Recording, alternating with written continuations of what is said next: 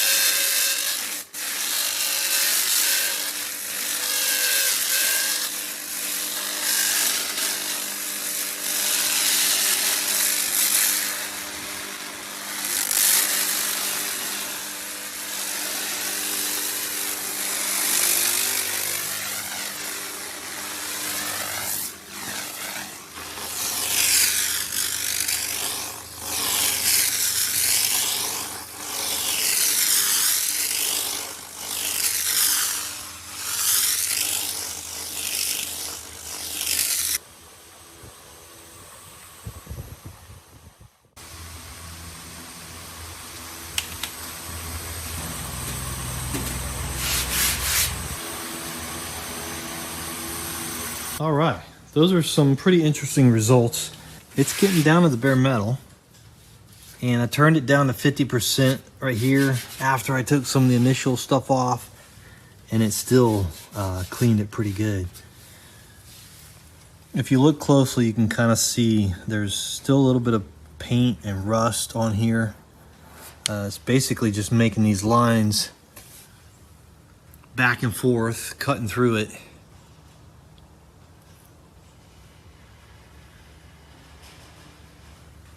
And at some point it gets down to the metal. It's not as nice and clean as sandblasting or using a DA with 80 grit,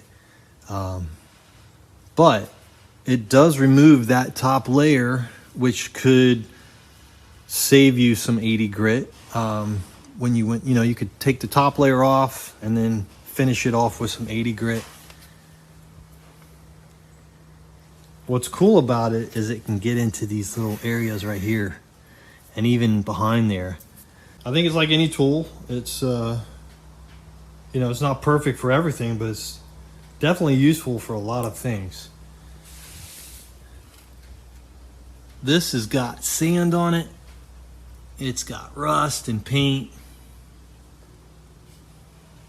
Let's see what it does to that layer right there.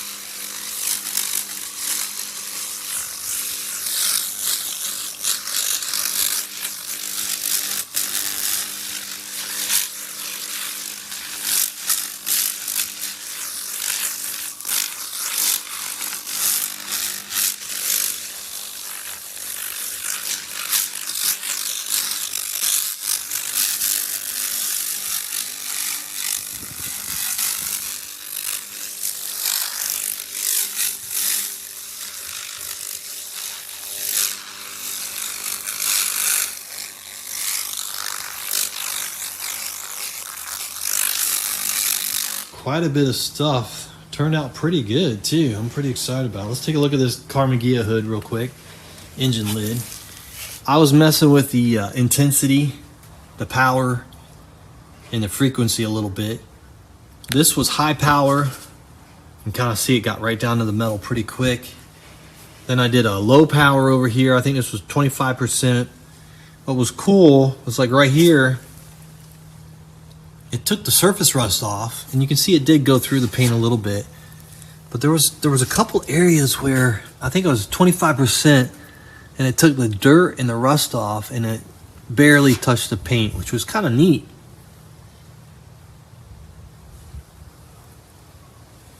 But I generally like it on 100 full power, and because it just kind of eats through everything, gets right down to the metal. This is pretty much bare metal right here.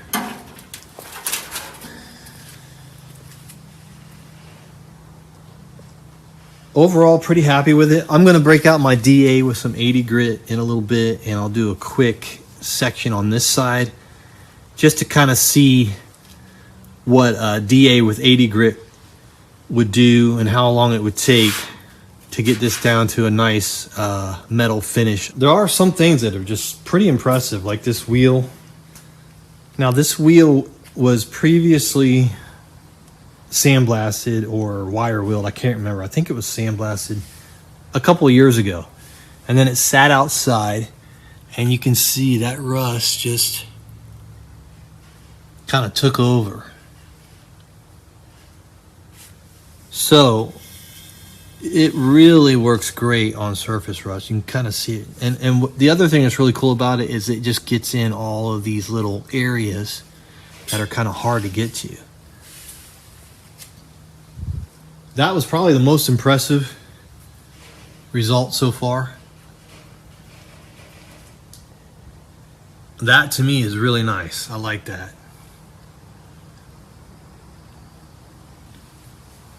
Very happy with that. This result turned out really good too. This is some cab mounts for an old Ford F-250, like this truck right here actually, that I bought for the Swamp Dragon a few years ago. And then they sat outside probably for a couple years now. So these were bare metal from the factory, whoever made them. You can kind of see. I went over this just a couple times. Cleaned it up pretty good. Now there's still some residue on here. You probably have to hit this with the Scotch-Brite or something and knock that off and hit it again. But it knocks a good chunk of it off to where you could probably just hit that with OSPO and be good to go. We did this shovel, which came out pretty good. It was pretty rusty. Pretty happy with that. I even hit the wood a little bit, kind of cleaned some of that off the wood. And again, it's able to get into all the little crevices and areas that are hard to get to. That turned out really nice. So I think we're going to try a couple other different things. Maybe we'll hit half that exhaust and half of that bracket there, and maybe a little bit of that air breather and that flywheel. I'm going to hit this. This is magnesium. This is an old VW case.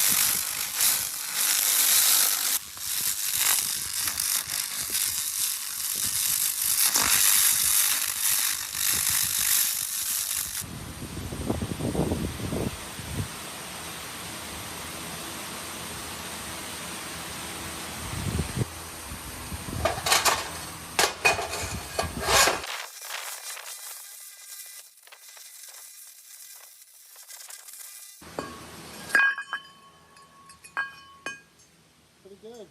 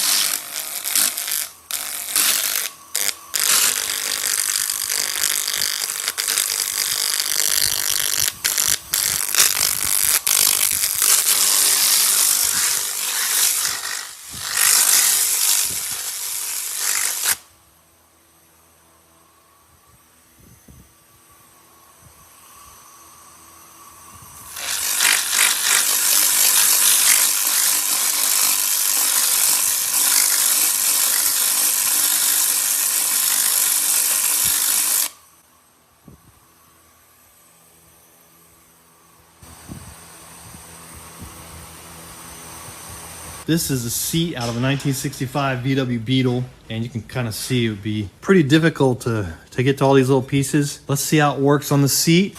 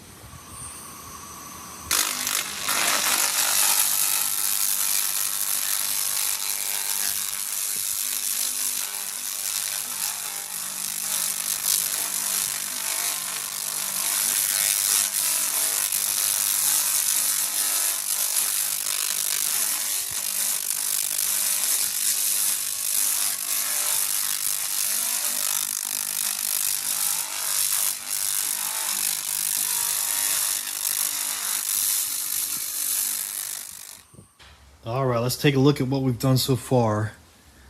We got most of the seat cleaned up. I did notice if there's areas where the rust is super thick and there's junk on it, it's best to go with a wire brush and try to knock some of that off and get that thick junk out of your way. You can kind of see there's still rust under there. So it's kind of just killing that top layer. But if it's real thick like that, you got to kind of go around and knock it off with the brush. So see, it looks like it's done. It's silver, which gives you the appearance it's done, but that's just the burnt rust on top. So there's still rust underneath. That's if it's really, really, really built up rust, which this has some built up rust. Now this area like this right here, you can kind of see right there, it went right to the metal. And you can see the rust on the side. So something like this is really cool for, it's really neat for, because it gets in, it hits all those little springs, where otherwise you'd be, you know, kind of doing this for hours and hours. You know, if you had a tank big enough to soak this in, that would be an option as well. If you had something like a tank full of that rust eater, whatever. Anyway, you can see here on this side where I went around with the brush and knocked it back. Now you can kind of see that's the bare metal right there. So it did get down to the bare metal right there, but it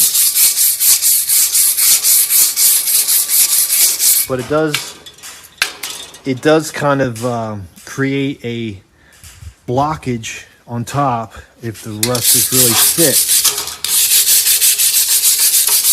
So I already went around and knocked this side down a little bit, and then I went back and hit it again, and you can kind of see it's starting to go away now.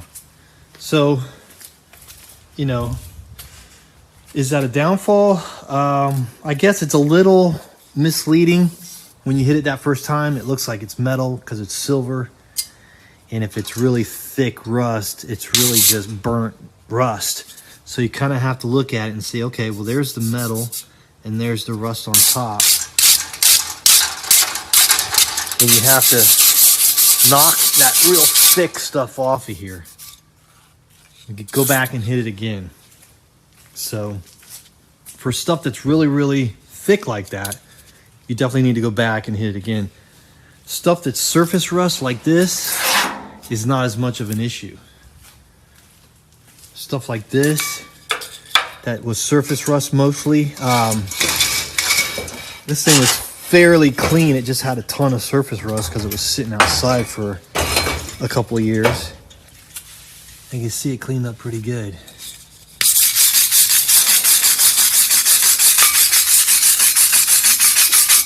There's still a little rust residue underneath that silver, so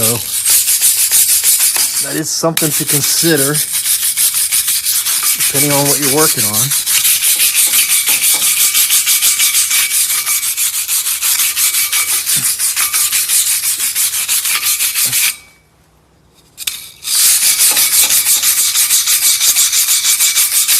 That's why we're doing these videos, to kind of give you a better idea of how this thing is working. So the appearance is that is bare metal, and in some areas it is, but in some areas there's still rust underneath. See that right there? That must be bare metal, because I don't see any rust popping back through.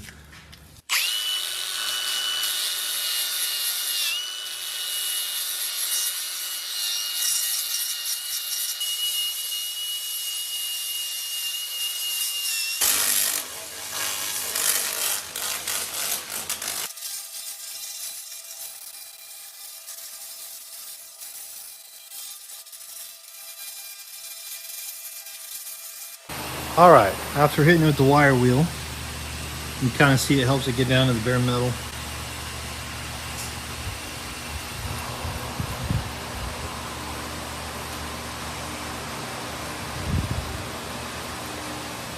probably depending on the intensity, frequency, and the power settings, probably get slightly different results, I would imagine.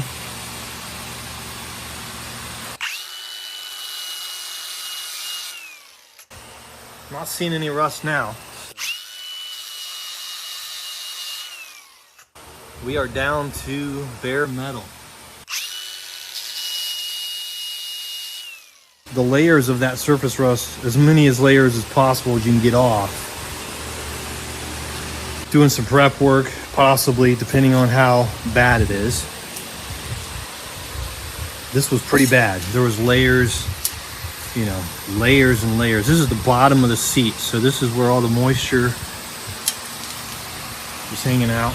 It was really bad in some of these areas. This area is pretty nice. But you can see this area where the rust was just eating away. The moisture was just eating away at it. Overall, the seat's not terrible. So I'm pretty excited to get this cleaned up. I was wondering how I was going to get to all those springs. I was thinking about sandblasting it outside, but now I don't have to. I still got to go over it with the wire wheel in some of these really bad areas. But the springs, for the most part, are pretty good. I might just hit them a little bit with Scotch-Brite. You can go over these and just kind of knock some of this stuff off with the wire wheel or the Scotch-Brite pad, and then hit it again with the laser on some of the areas that are really bad. Some of these areas are pretty clean. So, but yeah, I think we could go over this with the Scotch-Brite real quick, hit it again with the laser, cover it with some OSPO, and let it dry, and then be ready for some epoxy primer and some paint. It's not perfect, you know. Be awesome if they had something like that with sandblasting results. The sandblasting just eats right through the top layers and everything, and gets right down to the metal. As long as you got enough pressure, air pressure, in the proper gun, the proper tip, and the proper media. But I'm still happy with it.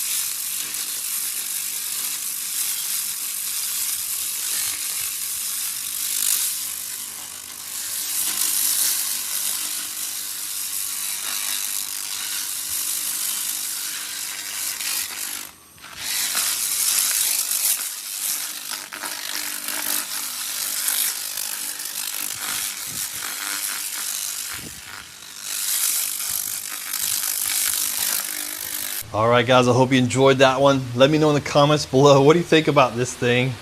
Would you get one? Is it worth it? Let me know if you have any more questions. All right, guys, we'll see you on the next one. Later.